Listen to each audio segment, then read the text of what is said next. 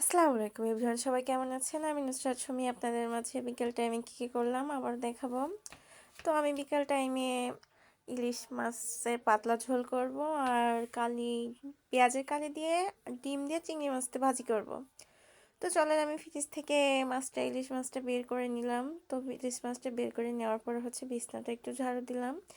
বিকাল টাইমে একটু বিছনা ঝাড়ু না দিলে ভালো লাগে না, তো একটু বিছনাটাকে একটু ভালো করে ঝাড়ু টাড়ু দিয়ে সুন্দর করে গোছগাছ করে নিলাম। তো তোমার বিছনাটা ঝাড়ু দেওয়া হয়ে আসছে। এখন আমি মাছটাকে বাহিরে নিয়ে যেয়ে এটাকে একটা বলে ভিজিয়ে রাখবো। তো আমি মাছটা হাতে নিয়ে আবারও চলে গেলাম বাহিরে। মাছটাকে বাহিরে নিয়ে যাব, এখন এটাকে একটা বলে ভিজিয়ে রাখবো। তো এখন আমি ট্যাপ ছেড়ে দিয়ে পানি নিয়ে একটা বলে পানি নিলাম। তো পানি নিয়ে এখন মাছটাকে ভিজিয়ে রাখলাম। ভিজানো পর্যন্ত আমি বাকি কাজগুলো করে নেব।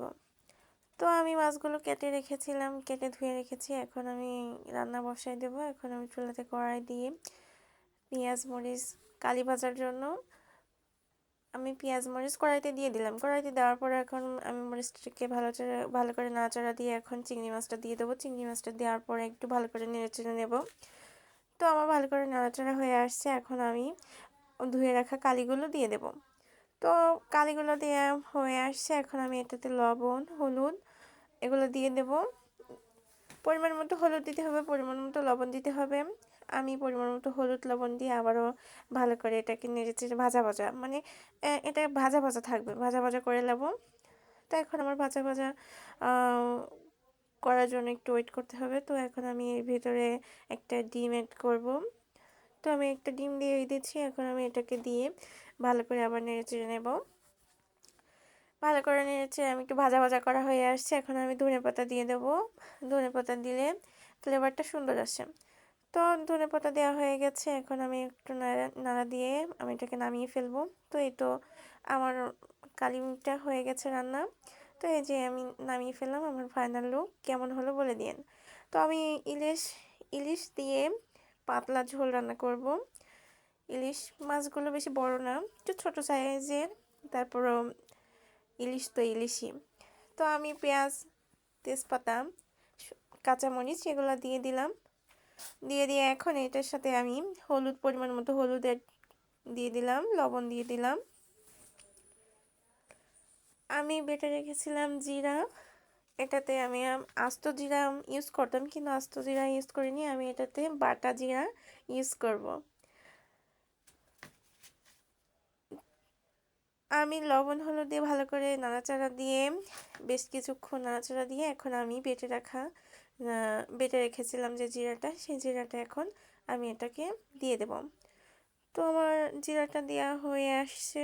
এখন আমি ভালো করে আবারও নাড়াচাড়া দেব, ভালো করে কষিয়ে নেব। ভালো করে কষানো হয়ে আসলে আমি একটু সামান্য পরিমাণে একটু পানি অ্যাড করে দেব। তো এই তো এখন আমি একটু পানি অ্যাড করে দিলাম। তো পানি অ্যাড করে দেওয়ার পরে এখন একটু নাড়াচাড়া আবার একটু নাড়বো। তো নাড়া হয়ে আসছে।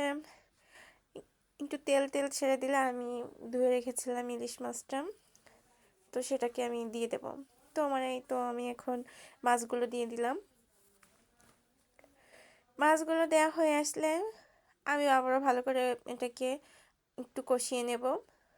আমার মাছগুলো ভালো করে কষালে এরকমভাবে পাতলা করে ঝোল রান্না করে খেয়ে দেখেন কেমন লাগে। তো আমি এটাতে পরিমাণ মতো ঝোলের পানি অ্যাড করে দেব। পাতলা ঝোল করবো তো এই জন্য একটু বেশি করে পানি দিয়ে দিলাম।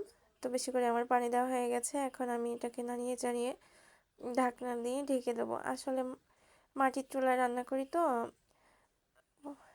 এই তো আমি ঢাকনাটা বুঝলিয়ে দেখবো আমার ঝোলটা কীরকম কী হলো। তো এখন এই যে হয়ে আসছে। আমি এখন ধনেপাতাগুলো দিয়ে দেবো। উপর দিয়ে ধনেপাতাগুলো দিলে ফ্লেভারটা সুন্দর আসে। তো ধনেপাতা দেওয়ার পর কি আমার রান্না করা শেষ। এখন আমি এটাকে নামিয়ে নেব।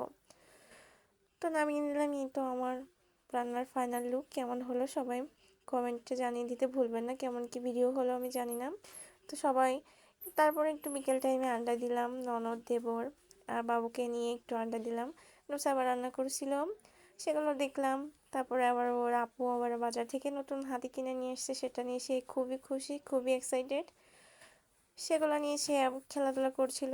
আমাদের জমি থেকে সে আবার ওই যে ধনেপাতা উঠাচ্ছিল, রান্না করবে, খেলার জন্য রান্না করবে, সেজন্য ভুইতে যেয়ে আবার ধনেপাতা উঠালো। সে হাতিকে ঘাস খাওয়াবে, তার জন্য ঘাস উঠাইতে গেছে জমিতে। তো এরকমভাবে বিকেল টাইমে রান্না করার পরে হচ্ছে আমরা একটু বিকেল টাইমে একটু ঘোরাফেরা করি, ঘোরাফেরা করে সন্ধ্যা টাইমটা পার করে আজান দিলে নামাজ পড়ে নিরিবিলি থাকি। তো আজকে ভিডিও কেমন হলো তা আপনারা কমেন্টে জানিয়ে দিন, আর যদি কোনো রকম কোনো ভুল হয় সেটাও আমাদের বলে দেবেন এবং ক্ষমা দৃষ্টিতে দেখবেন। Thank you.